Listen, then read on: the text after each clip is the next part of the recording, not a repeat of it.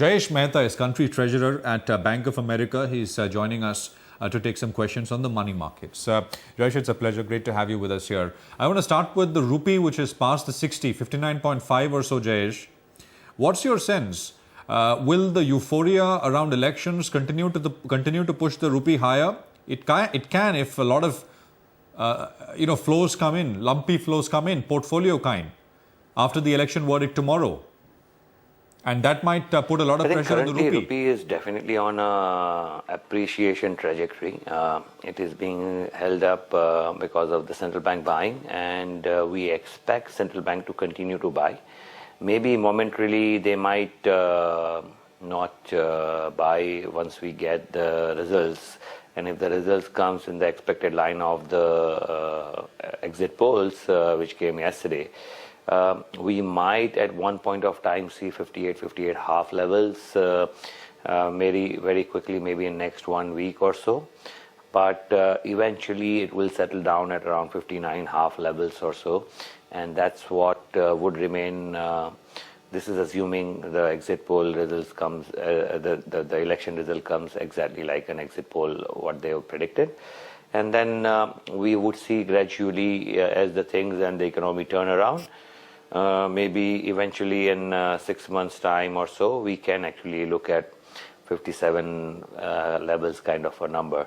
But at this juncture, maybe momentarily dip to 58 half in next 1 week, and then stabilizing around 59 half levels or so for the immediate future.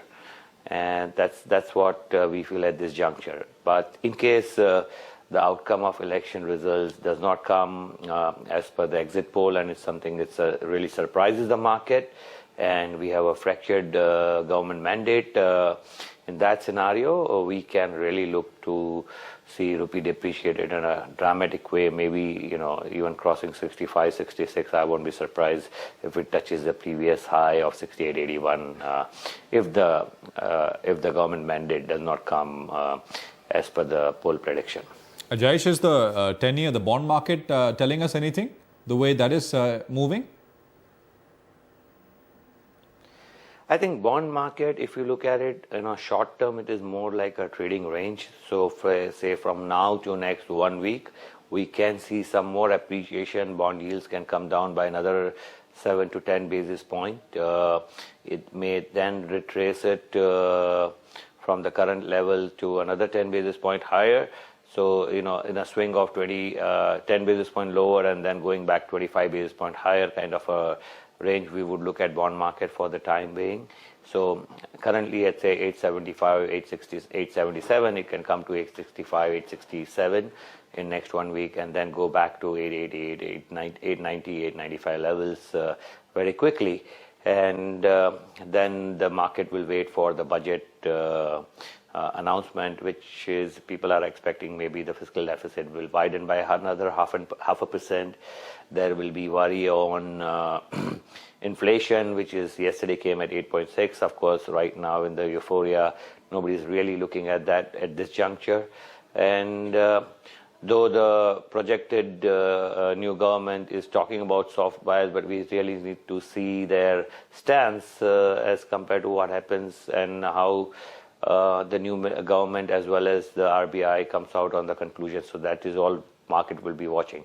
But in that bargain with the supply, we might see the yields inching up a little bit higher. So the way I look at bond is maybe, yes, immediately short term, maybe 10 basis point rally. So 875, 877 can go to 865.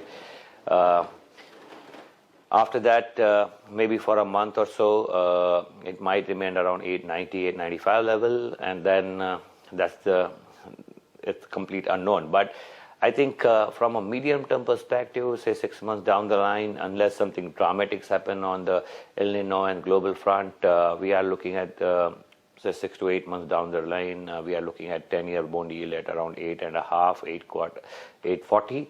And from that perspective, yes, one can buy now or one can time it and wait for a month. In 6 months horizon, definitely it looks like 840, 850 levels. Jayesh, is all the speculation around the relationship between the RBI RBI governor in particular, and the new government pretty much useless? Because logic would dictate that the new government will see the usefulness of Raghuram Rajan doing the job that he's doing right now. How do you think about this whole issue?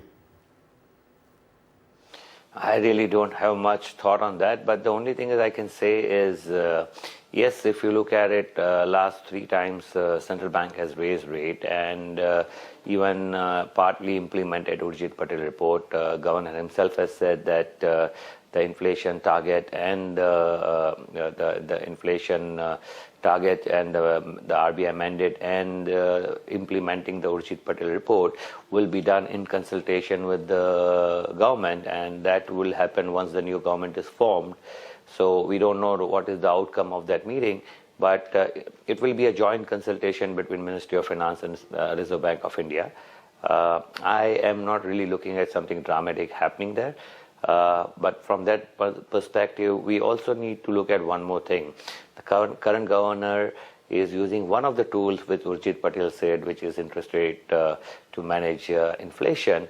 But in that report itself, there are many other tools which can be used to fight inflation, which is the supply side constraint, managing the NREGA, managing the fiscal deficit, managing the target to bring it down to the fiscal deficit to the FRBM target of 3% by 2016. Now, all this has to be done in conjunction. The standalone one instrument, any of the one instrument is not going to work. So all that has to be done in conjunction. So it's going to be a joint effort, and we really don't know the outcome of that.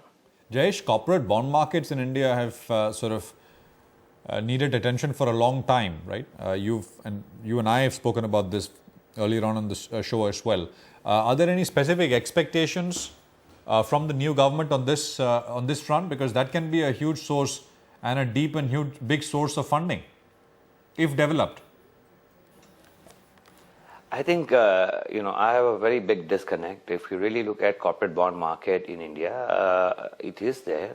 The challenge is slightly different. It is at this juncture, the loan pricing happens much tighter than the bond pricing. And there is certain pockets where the bonds are required to be held on a mandatory basis. So I think it's a question of pricing. See, whenever we have right pricing, the bonds do very well. So we have one of the largest primary market on bonds, on corporate bond side, I think amongst the Asia and Asian economies. And I think it's the secondary market trading activity which is missing a little bit. But it's all question of the pricing.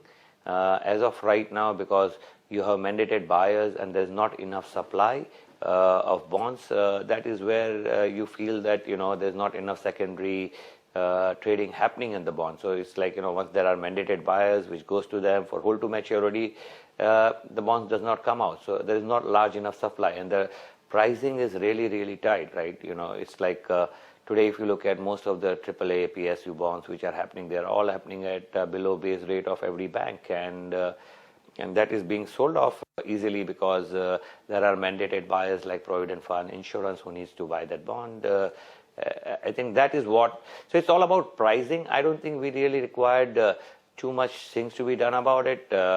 I personally think all we need is the pricing to get right, and it will get correct, because today for a corporate also it's a question of where he gets the best money. He's indifferent between bonds and loans. So why should he differentiate the two market from a borrower perspective? So I think it's more about pricing rather than the market not being there. Jayesh, appreciate you joining in.